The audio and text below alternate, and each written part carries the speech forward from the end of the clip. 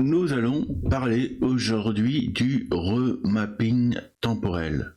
En fait, on va aller tout droit sur After Effects et je vais essayer de vous expliquer comment on fait. Moi, je crois que j'ai quasiment pas vu de tuto en français sur ce sujet et je me dis que peut-être ça pourrait vous intéresser, ceux qui font de l'édit. Bon, je ne suis pas un expert, je tiens à vous le préciser, mais je vous donne les connaissances que je peux avoir par rapport à quelqu'un qui démarre, un débutant, ou qui a moins de connaissances que moi.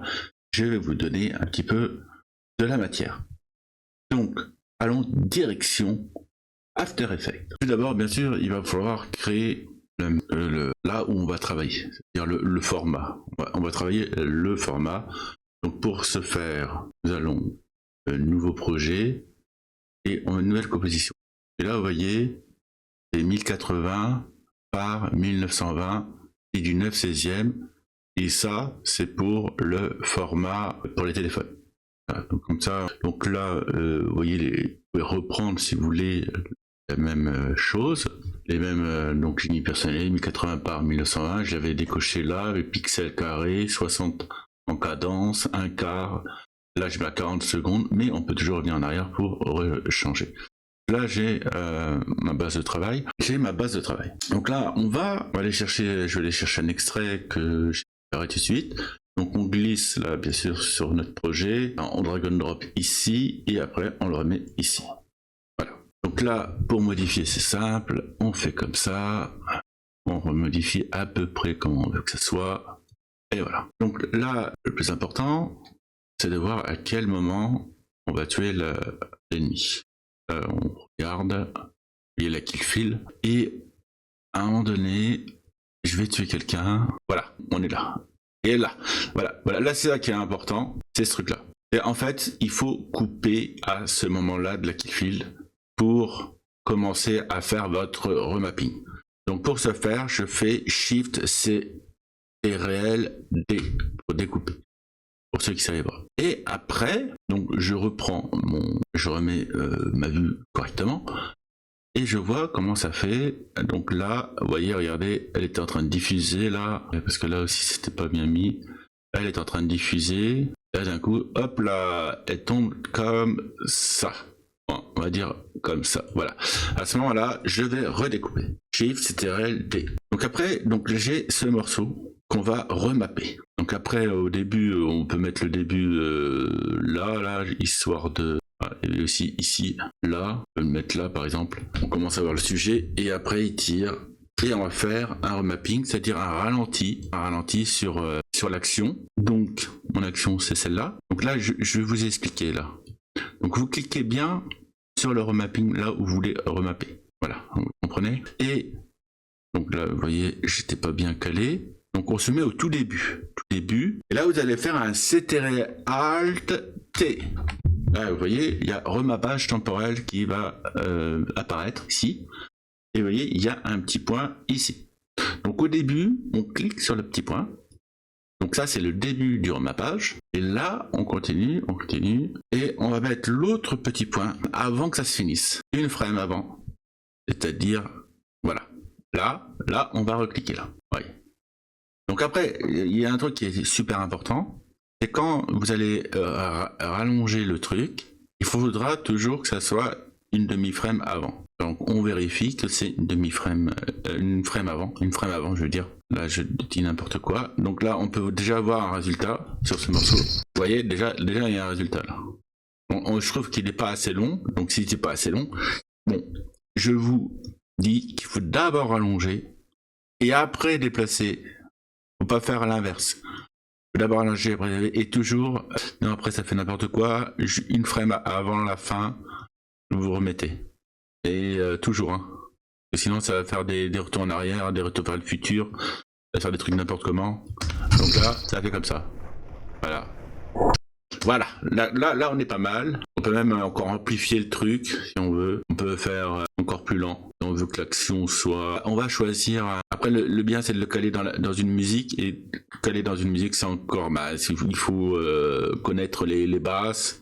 Et ça fera la figure d'une autre vidéo. Donc là, vous voyez, attendez. Et voilà, tout doucement, elle descend. Et là, là, voilà. Après, vous pouvez éventuellement mettre le reste qui continue. Donc là, ça va faire tout doux. Et après, et là, vous voyez, ça fait vraiment trop lent. Donc à la limite, on peut redescendre, peut-être de la moitié même. Hop, hop, hop, hop, une, vous voyez, une, attaque, hop là. Donc là, voilà. Et pour que ça soit encore plus smoothie, on appelle ça smoothie, que ça fasse plus naturel. Smoothie, c'est tout doux, tout mignon, tout. Et ben, on va aller dans, on appelle ça l'éditeur de graphique. Donc vous allez prendre les 2 points là déjà, et vous allez me faire un F9 dessus. Donc là, ça va se transformer en machin Bézier là. Et du coup, vous cliquez sur l'éditeur graphique. Et là, vous allez voir un truc que peut-être au départ, ça va vous paraître un petit peu barbare, mais qu'après, ça peut se quoi. Donc, pour que la chose soit smoothie, il faut le schéma suivant. Il faut que ça part bien, comme ça. Après, moi, j'ai un, comment ça s'appelle, j'ai acheté Flow, FLW, pour faire ça. Parce que c'est plus facile de le faire sur Flow. Le faire sur directement en manuel. À l'époque, tellement cassé la tête, j'avais utilisé Flow. Donc en gros, hop, et vous appliquez, et il faut que vous ayez ce genre de graphisme à l'écran. Voilà. Faut que vous ayez ça, pour que ça soit smoothie. C'est-à-dire ce genre de graphique là. Voilà, comme ça là, ça passe comme ça. Vous allez voir la différence. Regardez comment ça va. On va le faire sur un autre style. Allez, là, on reprend, on refait la même chose que je vous ai dit tout à l'heure, c'est-à-dire à quel moment il va la tuer. Ah, moi, je vais la tuer. Donc là, on se cale sur ce moment-là, on découpe et après, on regarde le visuel. Mais avant, on remet comme avant, bien sûr, on va le laisser comme ça.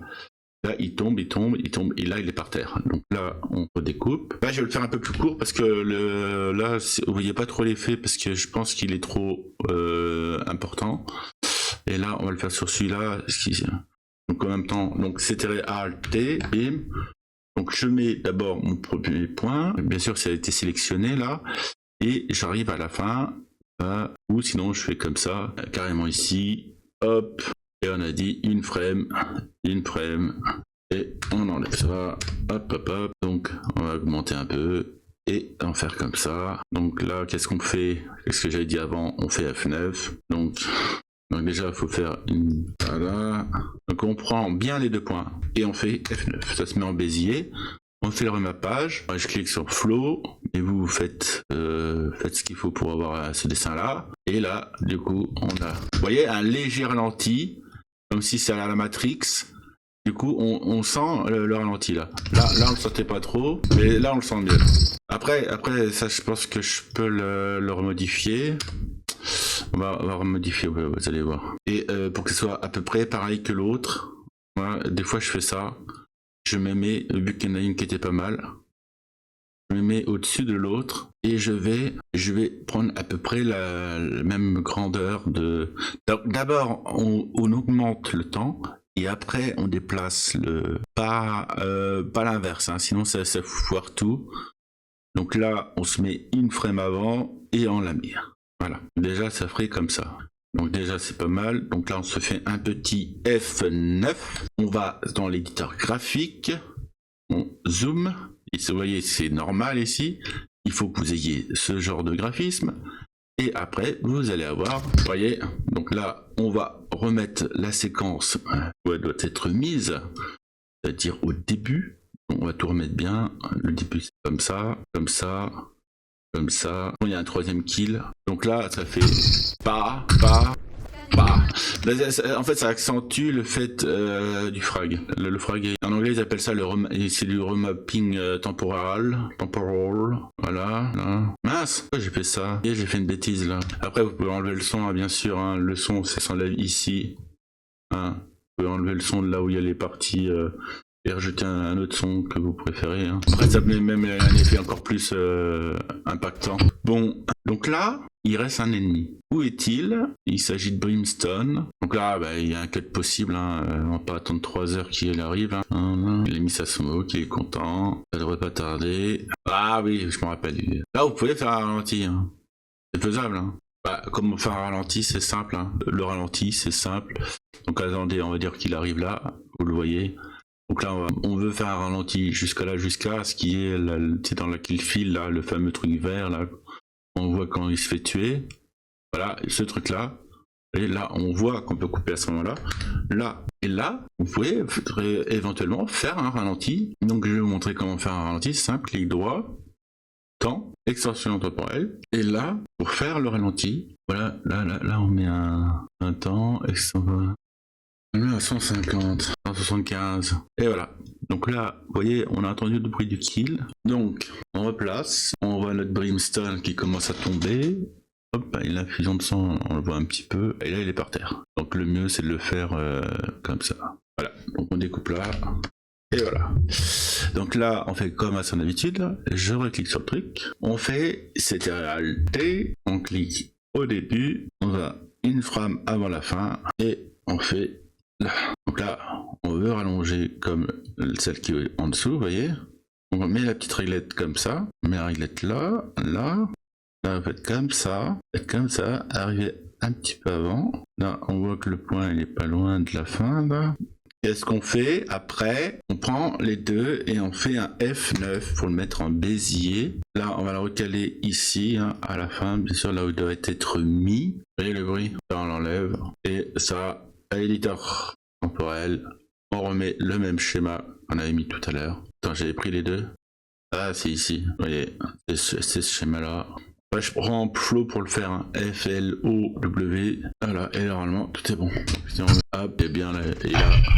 Hop là. Si jamais cela vous a plu, n'hésitez pas à mettre un petit like, un commentaire et à vous abonner à la chaîne. Je pense que je ferai d'autres tutos qui sont en rapport sur l'édit sur Valorant. Voilà. Je vous dis à bientôt. Bye bye. Ciao tout le monde.